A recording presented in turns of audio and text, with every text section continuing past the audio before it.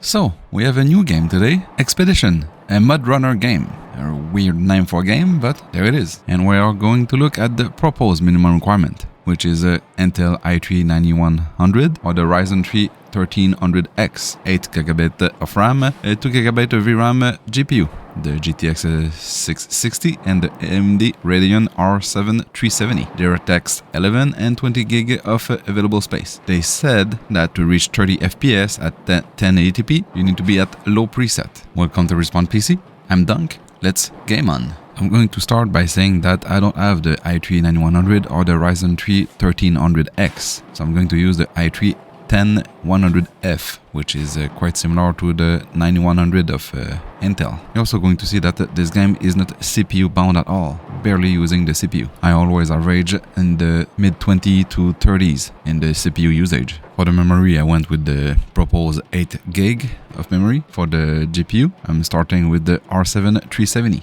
This is a 2GB card, quite old, but can run the game. So starting at 1080p, low settings preset, like they ask, we have an average of 53 FPS. Is quite far from the 30, so I'm not sure which map they were using, but on this one, I'm at 53. It is highly playable. Since it's highly playable at the low settings at 53 FPS, let's crank up to medium settings. And now we're averaging 49 FPS. Still highly playable. The GPU is almost a peg, if not peg. The CPU still have a lot of leeway, not even reaching 30% of usage. And we have a lot of space on the memory, having 5.5GB of usage out of the 8. Since we're still far off our 30 FPS to reach what they said that we should play the game at 1080p, let's crank up to high settings, high presets. And the settings is still playable. We have an average of 40-41 FPS. The GPU is still a peg, the CPU still have a lot of leeway, and the memory we have a 5.8 of usage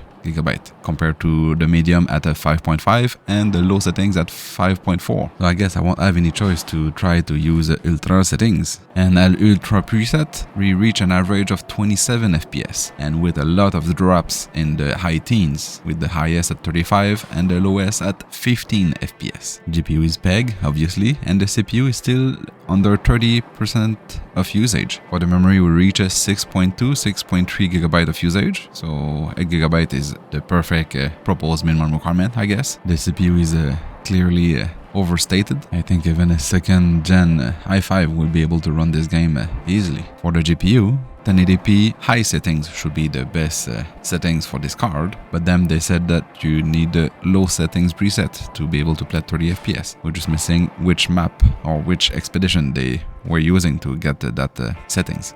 For the Nvidia side of things, the GTX660, a 2GB card again, similar to the R7 370, but this time at low settings preset at 1080p, we have an average of 47 FPS. We're way lower than the R7 370 at the beginning of the test. That doesn't look good if we're going to crank up the settings further. For the CPU, we're still under 30% of usage, and for the memory we're using 5.6, a bit higher than when we were playing with the R7 370. Cranking the settings to medium preset, we're now averaging 35 FPS. It's still playable, but the drop is getting closer to 30 FPS and faster than the R7 370. Don't get me wrong, this is still highly playable. For a slow paced game like this one, higher than 30 FPS is perfect. More FPS obviously will be better, but we need to go with what they say the game is playable, 30. Cranking up the settings again to high settings, high presets, we have an average of 28-27 FPS. Is playable-ish, I can say. It's more stable than the R7 370 for that FPS. We also hit over 6GB of memory usage, which we didn't reach with the R7. The CPU is still underutilization, meaning under 20, under 30. And because I test the R7 370 at ultra settings, I'm going to test the GTX660 at ultra settings. And it's horrible. We're averaging a 19 FPS. It is not playable. And who knows what it will look like in a further map if you keep those settings. So far the best settings for the GTX660 should be high settings, and if you decide to tweak a bit the settings in the preset, you may get a better